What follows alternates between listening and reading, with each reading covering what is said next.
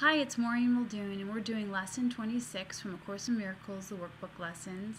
Lesson 26 is, My attack thoughts are attacking my invulnerability.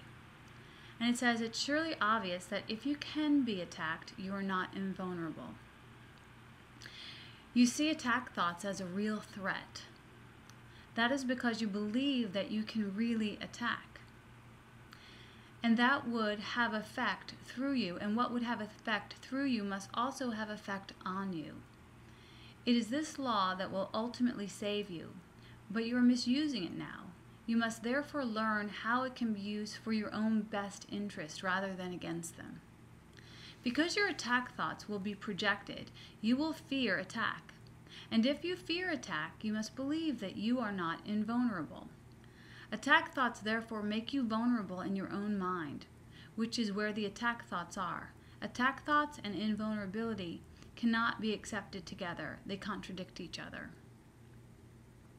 So it's basically saying, if you can hold a thought of vindication or crucifixion towards your brother, sister, uncle, aunt, whatever, that you make yourself susceptible to the very thoughts that you project out into the world. And that's why when we forgive, we're only forgiving for ourselves. When we forgive, we're clearing up these attack thoughts on the illusion so that we can be free. It goes on to say, the idea for today introduces a thought that you are always attacking yourself first. If attack thoughts must entail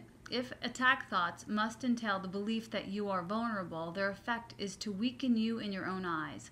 Thus, they have attacked your perception of yourself, and because you believe in them, you can no longer believe in yourself. A false image of yourself has come to take the place of what you are.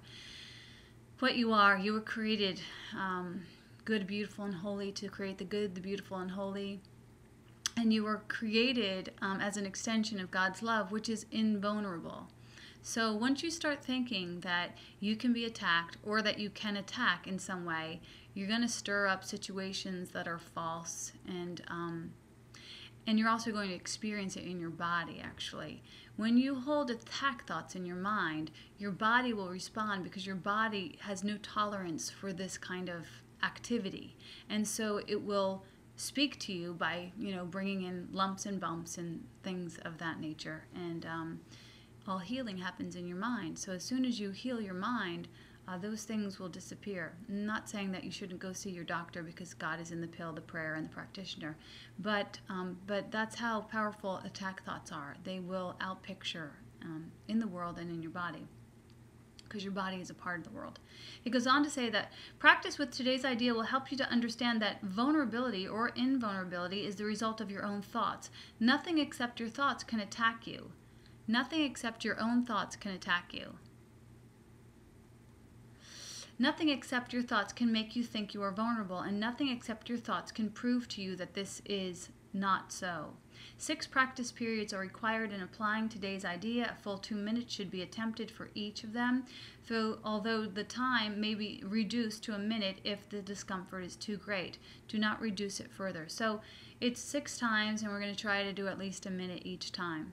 The practice period should begin with repeating the idea for today. My attack thoughts are attacking my invulnerability. My attack thoughts are attacking my invulnerability. And then close your eyes and review the unresolved questions whose outcomes are causing you concern. The concerns may take the form of depression or worry or anger, or sense of imposition, fear, foreboding, or preoccupation. Any problem as yet unsettled that tends to reoccur in your thoughts during the day is a suitable subject. You will not be able to use very many, you may not be able to use very many for one practice period, because a longer time than usual should be spent with each one. Today's idea should be applied as follows. So it's saying if you have concern or worry or discomfort, thought in your mind that continues, an obsessive thought that continues to cause you discomfort, use this exercise there. It says, the first, name the situation.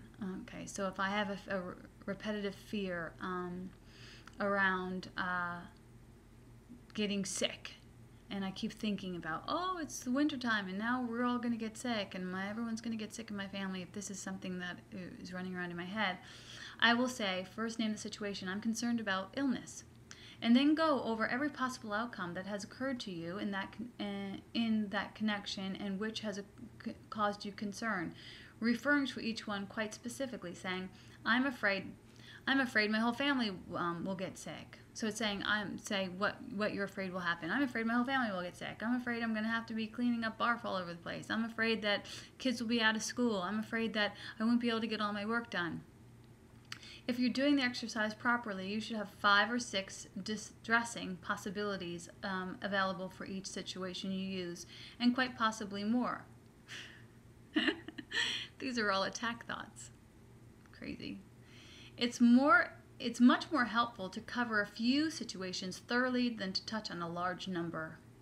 As the list of anticipated outcomes for each situation continues, you will probably find some of them, especially those that occur to you towards the end, less acceptable to you. Try, however, to treat them all alike to whatever extent you can. After you've named each outcome of which you are afraid, tell yourself, that thought is an attack thought upon myself. That thought is an attack thought upon myself. So I'm concerned about getting sick. I'm afraid what will happen. I'm afraid that my kids will stay home from school. That thought is an attack thought upon myself. I'm afraid that I won't be able to get my work done. That thought is an attack thought upon myself. I'm afraid that I'll be cleaning up barf. That thought is an attack thought upon myself. It then says, conclude each practice period by repeating today's idea to yourself once more. My attack thoughts are attacking my invulnerability. So that's the lesson 26. And we're supposed to do it 6 times for a minute each.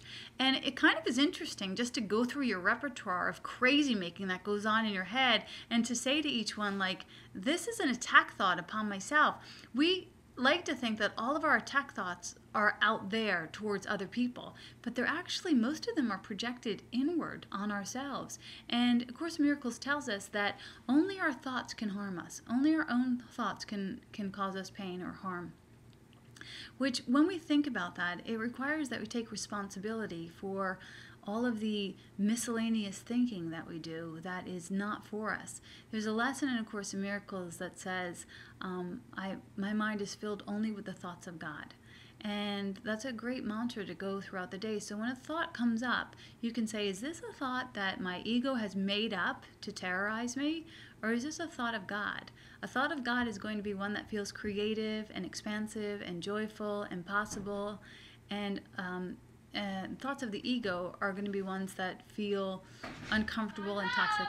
Anybody miss me? What'd you say, Rose? Mom, anybody miss me? I missed you. Come on over, say hi.